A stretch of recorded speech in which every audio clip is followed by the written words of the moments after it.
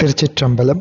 ஸ்ரீ பரஞ்சோதி முனிவர் அருளிய திருவிளையாடல் புராணம் பாகம் 357. திரு ஆலவாய்க்காண்டம் வாதவூரடிகளுக்கு உபதேசித்த படலம் பகுதி 100. சன்மார்க்கம் என்று அழைக்கப்படுகின்ற ஞானபாதத்தினை பற்றி எம்பிரான் திருமூலதேவநாயனார் அருளியதை சிந்தித்து கொண்டு வருகின்றோம். எல்லாவற்றிலும் மேலானதாக சிறப்பித்துச் சொல்லப்படுகின்ற ஸ்வரூப சிவத்தின் உண்மை இயல்பை விளக்குனவாகிய வேத சிவாகமங்களில் ஞானப்பகுதியின் பொருளை உள்ளவாறு உணர்ந்து அதனால் வெகுளி, காமம், மயக்கம் என்னும் முக்குற்றங்களும் நீங்கி சிவத்தோடு ஒன்றுபடும் நிலை சித்திக்கப் பெற்று காலனை வென்றவர்களே லட்சிய பொருளை அறிந்து அடைந்தவர்கள் ஆவார்கள். அவர்களே இந்த ஸ்தூல உடம்பை விட்டு யமலோகம் போகாமல் ஸ்தூல, சூக்ஷ்ம, பர உடம்புகளாகிய அனைத்தையும் விட்டுவிட்டு இறைவனை அடைபவர்கள். எனவே சரியை முதலிய நான்கிலே முடிவாகச் சொல்லப்படுகின்ற உண்மை ஞானம் பிறவியாகிய பெருந்துன்பத்தை நீக்கி சிவானந்தமாகிய எல்லையில்லாத இன்பத்தை தருவதால் அதனை சன்மார்க்கம் என்றும் நன்னெறி என்றும் சாஸ்திரங்கள் புகழ்கின்றன. குருபக்தி செய்யும் நல்ல மாணாக்கர் கண்ணால் காணுதல், திருமஞ்சனம், ஒப்பனை, புகை, ஒளி, நைவேத்தியம், மலரிடுதல் முதலாக முறைப்படி வழிபடுதல், தியானித்தல், தீண்டி அடிவருடல் முதலான செய்தல், துதித்தல், பாதுகையை தலைமேல் தாங்குதல் முதலியவற்றால் குருவை வழிபட்ட வழியே சன்மார்க்கமாகிய ஞானம் கைகொடுத்து முக்தி நிலையை தரும். குருபக்தி செய்யும் குவலயத்தோர்க்கு தரும் முத்தி சார்பூட்டும் சன்மார்க்கம் தானே என்பது திருவாக்கு. சன்மார்க்கம் என்றால் ஞானம் என்பது நல்ல ஆச்சாரியனால் சத்குருவினால் தரப்படும் நன்னெறி. எனவே அது சன்மார்க்கம் என்று கூறப்பட்டது. குருவருளால் பெறப்படும் உண்மை ஞானத்தை பெறாதவர்கள் சிவனது இயல்பை உணரமாட்டார்கள். அதனால் அவர் ஆன்ம லாபத்தை அடைவதற்குரிய ஆன்மாவும் ஆக மாட்டார்கள். எனவே அவர் சிவமாம் நிலையை பெறுதலும் அப்பேற்றால் பிறவி அற்றவர் ஆதலும் இல்லை. கேட்டு சிந்தித்து தெளிவதனையே தெளிவு என்று சாஸ்திரங்கள் கூறுகின்றன. ஜீவன் சிவனேயாய் நிற்கும் முறையால் அது 5 மலங்களை அழித்து மௌனோபதேசத்தின் வழி முக்தி நிலையை பெறுதலும் பின் குறையில்லாத ஞானத்தால் உண்டாகும் அனுபவத்தில் விளைகின்ற இன்பமும் ஆகிய இவையே ஜீவன் சிவனேயாய் விடுகின்ற சன்மார்க்கம் ஆகும். எந்த நிலையில் நிற்போர்களுக்கும் நோக்கும் திசை, இருக்கும் இருக்கை, உறையும் இடம், தியானிக்கப்படுகின்ற தெய்வம், இணங்கும் கூட்டம், வழிபடப்படும் அடையாளம் முதலிய எல்லாம் சன்மார்க்கத்தாருக்கு போலவே குருவருளால் கொள்ளத்தக்கன ஆகும். ஞானம் ஒன்றே சன்மார்க்கத்தில் கொள்ளப்படும் சாதனமாகும். அந்த சாதனம் பின் ஞேயமாகிய சாத்தியத்தை அடைவிக்கும். சகமார்க்கம் முதலியவைகளில் ஞானமல்லாத பிறவே சாதனங்களாம்.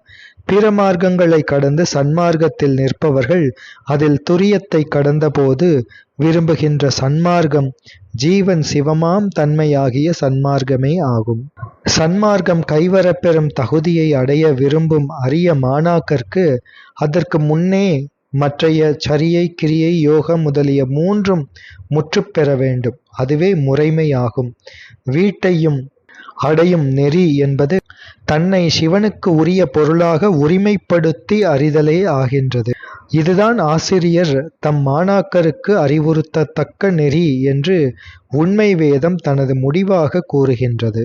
பூர்வபக்ஷ மதங்களின் உணர்வுக்கு அப்பால் உள்ள பிரதிபந்தமாகிய ஆணவ மலத்தை முன்னர் உணர்ந்து பின்னர் ஏனைய கன்மம் மூலப்பகுதி அம்மலங்களால் உணரப்பட்ட சாக்கிரம் முதலான அவஸ்தைகள், அவைகளில் தொடக்குண்டு நிற்கின்ற அறிவின் நிலைகள், பொருள்களிடையே உள்ள சிறியனவும் பெரியனவுமாகிய வேறுபாடுகள் என்பவற்றோடு தலைவனாகிய இறைவனையும் உணரும் சித்தாந்த ஞானம் வாய்க்கப் பெற்றவரே சன்மார்க்கத்தார் என்று போற்றப்படுவார்.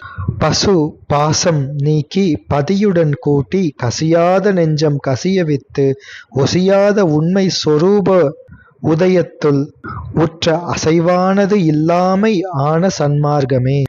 ஆன்மாவின் பசுத்துவம் காரணமாக வந்து பொருந்திய சம்பந்தங்களாகிய கருவி கரணங்கள் அனைத்தையும் தன்னின் வேறானவை இவை என கண்டு கழித்து தன்னை பதியாகிய சிவனுடன் பொருத்தி அங்ஙனம் முன்பு பொருந்தாது இருந்த நிலையில் மறந்திருந்த அவரது உபகாரத்தை இடைவிடாது உணர்தலால் முன்பு அன்பினால் நிகழ்தலின்றி வன்மையுற்றிருந்த மனத்தை இப்பொழுது நிகழ்ந்து உருகும்படி உருகப் பண்ணி அந்த அன்பினாலே என்றும் மாற்றமின்றி நிற்கும் மெய்மையாகிய சிவபெருமானது தன் இயல்பு வெளிப்பாட்டில் அசைவின்றி நிற்றலே முற்ற முதிர்ந்த சன்மார்க்கமாகும். இங்கு கூறிய சன்மார்க்கம் இதனை பெறுவதற்கு உரியோர் பெறுதற் பொருட்டு வகுக்கப்படுவது. சன்மார்க்கம் எனப்படும் நன்னெறியாவது கீழ்கண்டவாறு எல்லா கலைஞானங்கள், புராணங்கள், வேத சிவாகமங்களில் உள்ள கர்மகாண்டங்கள், ஏனைய நூல்கள், மற்றைய சமய சாத்திரங்கள் முதலியவற்றை ஆராய்தல், பின் பல வழிபடுகின்ற பொருள் முழுவதும் கீழானவை என்று கண்டு அவற்றிலிருந்து நீங்குதல், பின் மேலான பதி பசு பாசம் என்னும் முப்பொருள்களையும் தடஸ்த லட்சணத்தில் வைத்து வகுத்து உணர்தல், பின் அம்மூன்றனுள் பதிப்பொருள் ஏனைய பசுபாசங்களுக்கு மேலாதனை இனிது காட்டுகின்ற ஸ்வரூப லட்சணத்திலே வைத்து உணர்த்துவதாகிய ஞான காண்டத்தை ஓதுதல், கேட்டலோடு சிந்தித்தல், பின் புறத்தொழில் அகத்தொழில் இரண்டையும் கடந்த ஆன்ம அறிவுத்தொழில் மாத்திரையாலே அம்மூன்று திருமேனிக்கும் மேலான அகண்டாகார நித்திய வியாபக சச்சித்தானந்த பிழம்பாய் நிறைந்து நிற்கின்ற திருமேனியை ஞாத்ரு ஞானம் ஞேயம் என்னும் திரிபுடி ஞானம் பகுப்பு இன்றி அத்வைதமாய் இயைந்து நிற்கின்ற சிவபெருமானை வழிபடுதல் ஆகும். இதனை அனுஷ்டித்தவர்கள் சிவசாயுஜ்யமான பரமுக்தியை பெறுவார்கள். சிவ தர்மோத்திரத்தில் 5 வகை வேள்வி கூறப்பட்டுள்ளது. அவை கர்மயாகம், தபயாகம், ஜபயாகம், தியானயாகம், ஞானயாகம் என்று 5. அவை ஒன்றுக்கு ஒன்று ஏற்றமுடையன. இவற்றுள் கர்மயாகம், தபயாகம், ஜபயாகம், தியானயாகம் என்னும் 4ம் போகத்தை ஊட்டுவன. கர்மயாகம் என்பது நித்திய கர்மமாகிய அதிகாலையில் எழுவது முதலியன. தப யாகம் என்பது உண்டி சுருக்கி புலன்களை அடக்குதல். ஜபயாகம் என்பது மந்திரங்களை முறைப்படி தகுதிக்கு ஏற்றவாறு ஜபித்தல். தியான யாகம் என்பது மூர்த்தி தியானம் முதலியன. இவற்றுக்கெல்லாம் மேலான ஞான யாகம், ஞான யஜ்ஞம் என்று போற்றப்படுகின்ற ஞான வேள்வி 5 வகைப்படும். அவை நூலின் கண் அதிகாரமுடையவர் ஞான நூலை தாம் ஓதுதல், அந்த நூலை பிறருக்கு ஓதுவித்தல், நன்மையை தருவதாகிய அந்த நூல் பொருளை தமது மதிநுட்பத்தால் உணர்ந்து பிறருக்கு உரைத்தல், ஆச்சாரியனை வழிபட்டு அந்த நூல் பொருளை தாம் நன்றாக கேட்டல், அப்பொருளை சிந்தித்தல் என்று ஞான வேள்வி 5. இதனை சுருக்கமாக ஞான நூல் தனை ஓதல், ஓதுவித்தல், நற்பொருளை கேட்பித்தல், கேட்டல், சிந்தித்தல் என்று கூறுவார்கள். இந்த ஞான வேள்வியே வீடு பேற்றை தருவது. எனவே அந்த வீடு பேற்றை அடைய விரும்பினவர்கள் ஞான வேள்வியினாலே சிவபெருமானை வழிபடுவார்கள். கேட்டல், சிந்தித்தல், தெளிதல், நிஷ்டை, இதனை ஸ்ரவணம், மனனம், நிதித்தியாசனம், நிஷ்டை என்று சம்ஸ்கிருதத்திலே கூறுவார்கள். அப்படி கேட்டல், சிந்தித்தல், தெளிதல், நிஷ்டை என்ற 4லே தெளிதலுக்கும் நிஷ்டை கூடுவதற்கும் நூல் வேண்டப்படுவதில்லை. இதிலே சொல்லப்பட்ட ஓதல், ஓதுவித்தல், கேட்பித்தல், கேட்டல் என்ற 4ம் கேட்டல் என்கின்ற ஸ்ரவணத்திலே அடங்கிவிடும். ஒரு மாணாக்கர் நிர்வாண தீட்சை பெற்ற பின் நூலுக்கு அதிகாரமுடையவர் ஆவார்.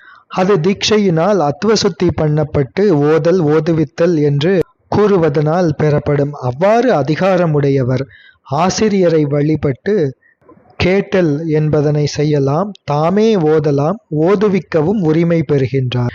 அந்த நிலையில் நூல் பொருளை தம் மதிநுட்பத்தால் உணர்ந்து தம்மால் ஓதுவிக்கப்பட்டார்க்கு உணர்த்துதற்கு உரிமை பெறுகின்றார். எனவே மேலே சொன்னவாறு 5 வகை வேள்விகளிலே கர்மயாகம், தபயாகம், ஜபயாகம் என்ற 3னாலும் ஆசிரியர் அறிவுறுக்கும் உண்மை ஞானம் நிகழாது. எனவே உண்மை ஞானம் எனப்படுவது கேட்டல், சிந்தித்தல், தெளிதல், நிஷ்டை என்ற 4 ஆகும்.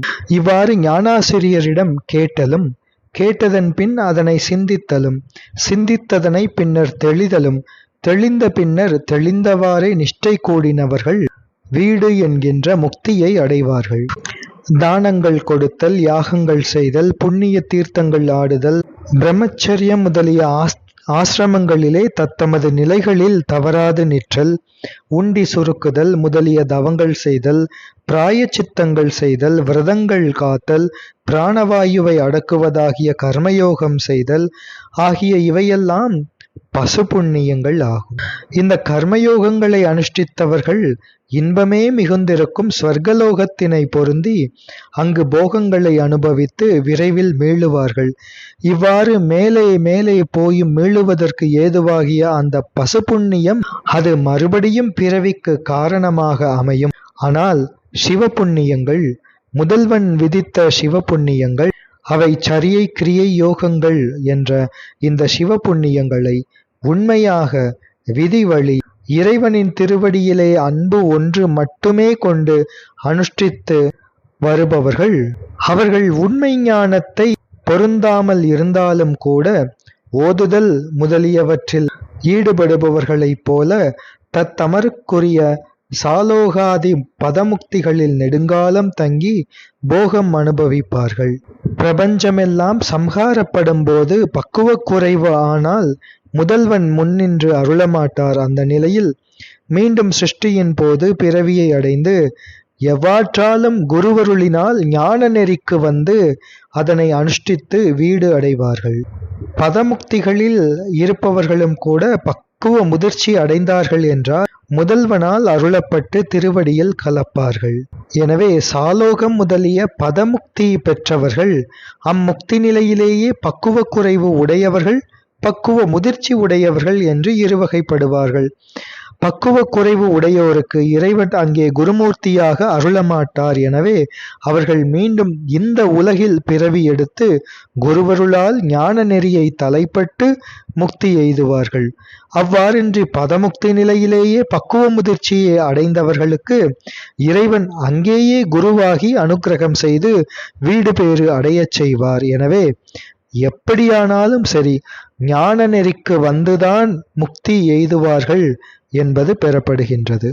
அப்படி ஞான நெறியிலே நிற்பவர்கள், ஞான நிஷ்டை உடையவர்களின் அந்த உண்மை அடியவர்களின் பெருமையினை தொடர்ந்து அடுத்தடுத்த திருப்பாடல்களிலே அருளுகின்றார் வாதவூரடிகள் புராண ஆசிரியர். அவற்றையெல்லாம் தொடர்ந்து சிந்திப்போம். திருச்சிற்றம்பலம்.